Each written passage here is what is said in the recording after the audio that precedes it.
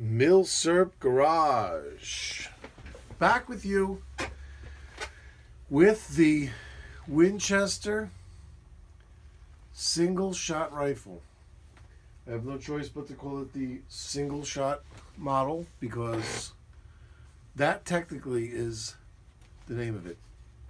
But you'll see most people, and even if you do searches on Gun Broker and you look around, they call it the model 1885 because that was the year of its introduction, but it was really called the single shot rifle. Now, we were talking a lot about the 22. We were talking a lot about Browning, but we always started on even if we started, we would start on chapter 2. We never really started from the beginning. Now, while this isn't like the beginning, we're definitely taking pages from the first chapter here. I mean, we could go so far back as to find John Browning guns from the actual John Browning shop in Ogden, Utah, but I don't have that kind of money, so we're gonna have to settle for starting from here. This we could technically consider the beginning. So even though we were featuring rifles from 1890, that wasn't early enough. Now, first we have to cover some 22 history. If we're going to discuss this rifle, we have to... Whoops, chair's creaking. I got to get out of the chair. We have to get some 22 history down here. The 22, believe it or not, the 22 short is the oldest self-contained metallic cartridge in the U.S.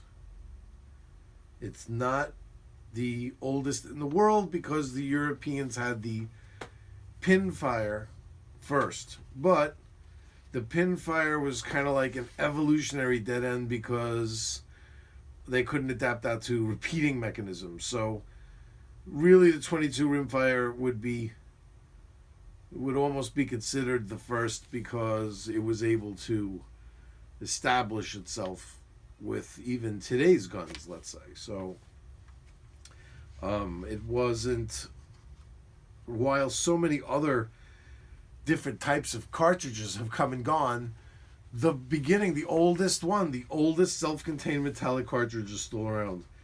Now, the deal with this thing was that, let me give you a quick explanation of how this even came about. Just in a nutshell, there was some guy, his name was Louis Flaubert. He was a French dude. And he figured out, if we have these percussion caps that we put on there, and those things go bang, and then it sets off a larger charge that goes bang, what if that initial charge, what can I do with that initial charge, that initial bang? What if I put a projectile directly into that percussion cap? Would I be able to shoot it down a barrel? And sure enough, that worked. And that's when they came up with these parlor guns.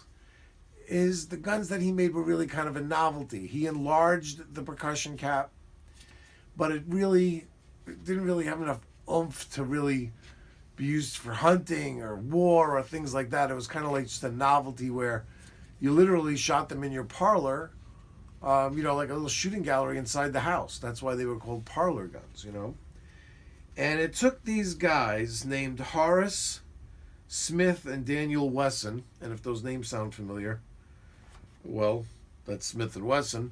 They came out with what would be called the Model 1.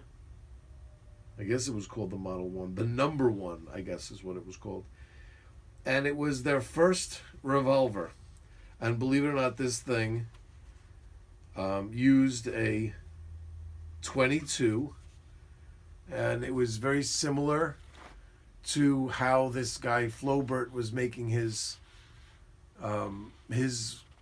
Flaubert rounds out of what would look like a percussion cap. These guys put a rim on it so it could be inserted into a chamber. And the rest was history. That's what happened. Then other people started making like that was a proprietary round for that Smith & Wesson Model 1. And I'm trying to get a year for you on that. I'm not really sure exactly when that all started. But that's kind of like the 1850s, you know what I mean? 1857 is when they had their brand new revolver and its revolutionary new round. There you go. I'm reading this out of a book here. So 57. So where does that go? Where does that leave us? Well, that was 57, and this is 1885. So between then was just perfecting this round. You'd have to do some research on your own to really figure out how that happened. However, John Browning, this was the first rifle he made. So, you know, Jonathan Browning with an O, Jonothon. Jonathan Browning was his dad. He kind of like moved across the country, but settled in Ogden, Utah when John was in his, I guess, early 20s. And he started making this thing. And this was the rifle that initially got the attention of the head of Winchester. Was that Bennett? Was that Mr. Bennett? I think that was Bennett, right? Or was it Hart? Was it Hart? No, it wasn't Hartley. That was the Remington guy. I guess it was Bennett. And he took a ride over to the Winchester shop specifically to see. I guess someone brought him one of these things. Let me. 1879 is when he applied for a patent for the single shot rifle. So he had a patent on it. And I'm looking for don't want to give misinformation. So when Winchester came over and bought the thing from him, this is what they were making. Now this one, I got really lucky with this one. This is an early model too. Let me get my information specifically on this gun. This one has a manufacturing date of 1889. That's all I got. It's a 24-inch barrel. Now all I know is I had a Winchester expert. So Winchester specialist was looking for one of these for me. And when he called me and he said he was going to be bringing one to one of the gun shows I go to, because we don't live near each other, but we go to the same shows. He said he was going to bring this one. He said, but unfortunately it had a cut down barrel, but I would be able to get it really cheap because these can, you know, especially in this beautiful shape, would not be cheap. And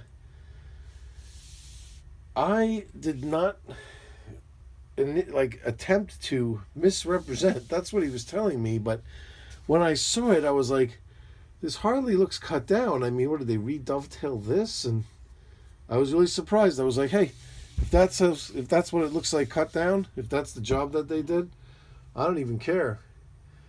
But then after reading, I see that there were a lot of these in a 26-inch barrel configuration because this single-shot rifle was made in a bunch of different calibers. But these 22 short ones were all supposedly 24 inches. So he might have read something a little bit wrong, or I don't know.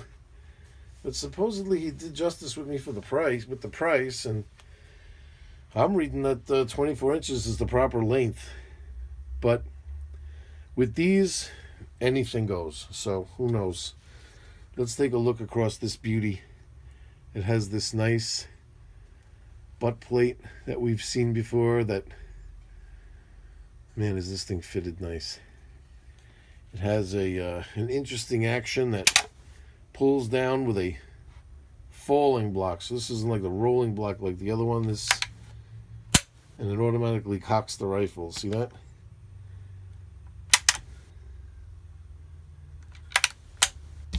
So it's just that one motion. So the rolling block, you had to cock it, then open the action, then close the action. With this one, it's just one move. You just, after you fire, you just open it, load it, close it, and it's automatically cocked for you. It does have a half cock position for a safety. And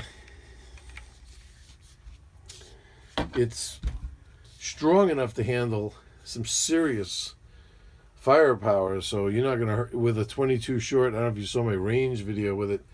This barrel weighs like 1,000 pounds, and there's a number here for the barrel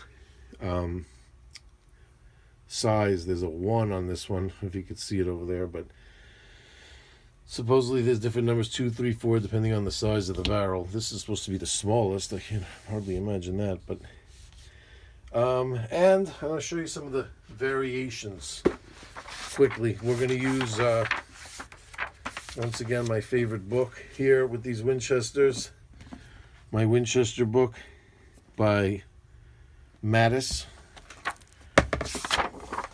signed of course. Now here is a variation, one variation, which is the high wall and the low wall. You could see the receiver here, that it's much higher up around the hammer, and here that it hugs much lower. And this would be the lower wall version for the 22s. But there are 22 versions that, there are 22 ones that have a higher wall also. You have to poke around, do your research to find out these weird different variations. But then there's also a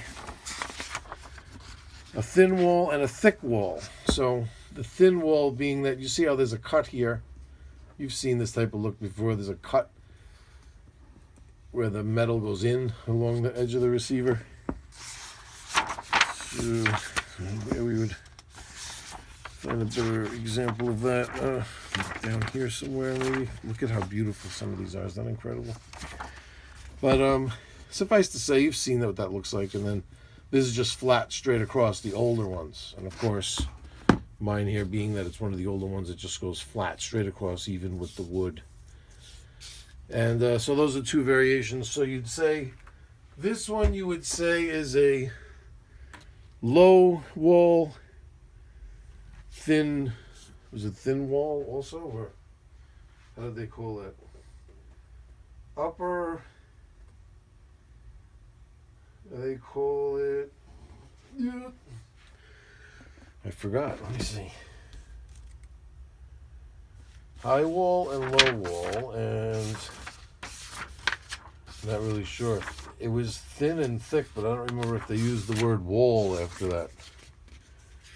Two types of receiver, thin side, so they call it thick side, thin side.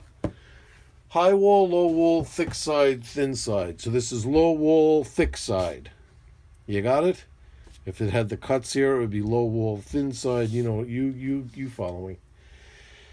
And now you know when you see these things, the jargon that you would use. This guy, I took apart and cleaned like a psycho, because I really wanted to get into this first Browning design. I'm such a Browning nut when it comes to the function of it and everything. And I wish I would have done a video on that, because it was a really cool experience, but it would have been awfully long. It would have been like the size of the video would have been as long as a full-length movie. But it was so awesome taking it apart and putting it back together. If you're a Browning head, buy one of these, take it apart. Don't even read anything on it about whatever. Just take it apart and clean it and put it back together without any help, without any videos or any help, and you'll be like, you'll almost feel like you're inside Browning's head when you're putting it back together. You kind of like get an idea of where he was at mentally when he thought of how the mechanism would function. It's pretty cool. It actually has locking lugs. See how they're mortised into the side of the frame? You see that? They're like act as locking lugs. And what an awesome design. And you saw this thing shooting at the range. It was so unbelievably quiet, because this is like the ultimate in bull barrels. This barrel weighs like 1,000 pounds. It honestly wasn't much louder than a dry fire. Honestly, if there's a gun that you could shoot in your basement, you know, this is it. But you know, you do want to be careful, because even CB caps Those things, they do pack a punch. I was shooting them 50 yards and hitting the paper, so you do have to be careful with those things. They're not complete. They're not like inert or anything. And what a gorgeous rifle. What can I say? I don't even know more history about this thing. All I know is it was just John Browning's one of his first designs. I mean, if you look here in the book, I hate to just like do a video and then just show somebody's book, but his original single shot rifle, this was it. I mean, it's it's Browning, Ogden, Utah on it, and there it is. It's the same rifle. I mean, they didn't make many changes when Winchester took over. You could also tell that the older ones have script in the serial number, and the newer, well, I say newer, I'm talking about like at 100,000 in the serial numbers, which are still well in the 1800s, you know what I mean? They probably even in the 1880s, maybe early 1890s, they went to a block lettering. So when you see this script lettering here, and they all have a patent. His patent was 1876, I think, or 1879. When did I say it was? So that patent will be here. And what's weird about these is that when you take it apart, this lower tang separates completely. So just this tang connects here, and it comes out. It's removable. So when you're buying the rifle, the number here, the only thing you're sure correlates to the age with this serial number is the lower tang. So you could technically replace, I mean, as far as I know, I don't know if there are any years that they don't interchange the lower tang. I don't know. I didn't read anything about that. But that's one thing that you do have to be careful of, because anything goes with these things. You could have a lower tang that doesn't match the whole entire rifle, you know.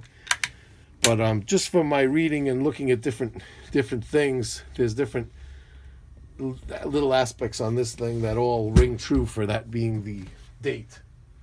I don't think anything here has been changed. The sight is the right kind of sight, and certain things about, if you look in this book, they even show the shape of the checkering on the hammer, let's say, denotes different dates. Here, I'll show you. That's why I love this book, man. They really go into detail. Look, they talk about with dating it, you can use so many aspects. You could use here they show the different extractors, different configurations of how the action works. And here it is. It shows the different knurling on the hammers, an early type and a later type, how the hammer is cut, the shape of it, and other things. The shape of the forend here, and this interesting inletted piece of what would you call it? I'm not sure. I forgot exactly what this is called. This is some type of like a darker wood. You see, like there's like a dovetailed inletted piece of darker wood right there, and that's not on all of them, but they break that down here as to what years have that. And different here's the weights of the barrels, the different weights and different styles of the cocking piece there.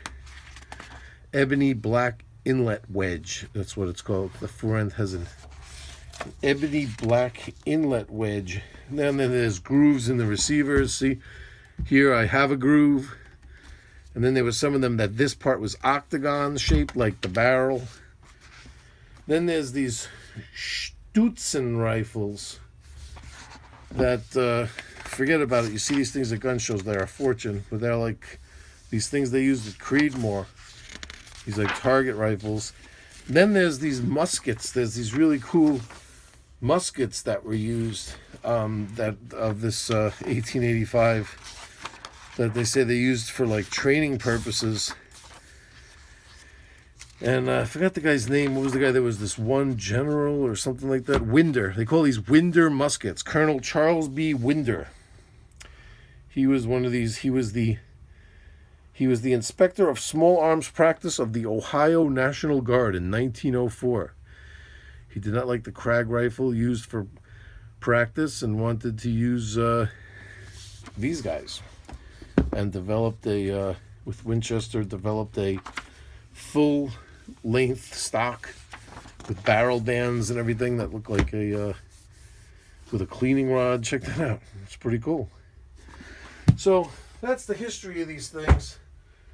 I actually I had one of those terrible wish I did moments with one of those Winder muskets. One of my favorite sellers on eBay, he had one of them up there, not on eBay, on a Gunbroker. And I bid on it, then a guy outbid me, and I bid. It was like a little bit of a war, and you know, Gunbroker has that 15-minute rule. In the last 15 minutes, we went back and forth a couple of times, and I just let it go. And then, you know, I eventually did find this one, so I'm not complaining. And I did get this for much less, for the reasons I spoke about before, but it was one of those things where I kind of stopped bidding way before, like, the price was still very low, and maybe if I would have hung in there, I would have ended up with that one. And it was just such a beautiful example of one of those Winder muskets. I think about it once in a while. There's a lot of them I bid on, or I don't win in, and I forget all about it. I don't care. But that one stayed with me for a while. I missed it. But what can I tell you? I probably wouldn't have found this one if I would have gotten that one, and I absolutely love this one and its age. I like the fact that it's, you know, only a few years into Winchester's production of these. And 1889 is definitely my oldest rifle. And I could take it to the range and shoot it all day for like $4. You know what I mean? So I love it. And that's that. Any questions about this guy, let me know. It was one of the champions of the range on my range visit. It functioned awesomely. The only thing that was weird that I noticed is, and let me dig up a short case here. The only thing I did notice that was weird is, let's say you open the action, right, and you loaded one of these. You drop it here on like this loading gate right there, and then when you go to close, it could kind of leave it behind. See, that time it soaked it up, but it could potentially fall out of there as you're closing. And if it did, you'd have to be careful, because it could get pinched in a weird way. Like this, if it just somehow was like that and it got pinched, you see what I'm talking about? And if you're just going fast with the action, you could close this and contact that rim there with the edge of the falling block. And I don't know. That might set it off. It might be able to set it off. And it would be like right in your face. Pointed up at you. You got to be careful. But one cool thing is that when you eject these, if it doesn't fly all the way out, it looks like it can kind of get lost in the action there. But no matter what you do, it doesn't really. And your finger just kind of fits right in there to scoop it up and out. The hammer kind of like sits in there like a protector so it doesn't fall in there. But it's just something to keep in mind. You want to be careful when you load it, that you kind of use your thumb to let that follow in there. You just want to make sure, because I crimped one real good. I don't know if I'll find it. I think it's in this tray here somewhere. Here it is. Oh, I just saw it. Where'd it go? Here. I crimped one of these real good. You see that? And I held on to it because it got caught in there sideways like that as I was closing, and it was real easy to do that to it. But I was thinking, like, wow, what if it would have pushed here hard enough and fast enough to dent that, maybe that could have set it off. It's not really striking it like a firing pin, but I mean, who knows? It would have been, who knows how fast somebody could cycle it like a nut if you're going kind of crazy. My advice is just, just be careful with that. I would watch that. And that's it. That is the Winchester 1885. We're not going to go much older than that with the 22s. I really think we're done with the 22s for a while. I got to be honest with you. Even I need to move on. We're going to take a step forward. We're going to break out into my new star for the for trap shooting this year. We're going to show it, and then I'm going to take a visit to the trap range and record my scores, a little video with me shooting it, and we're going to see if this thing is going to become my new summertime trap shooting companion. Maybe, maybe not. We got to see how well I do with it. And that's what I'm going to feature here and show you next. And until then, you all have a happy and healthy. I'll see you later.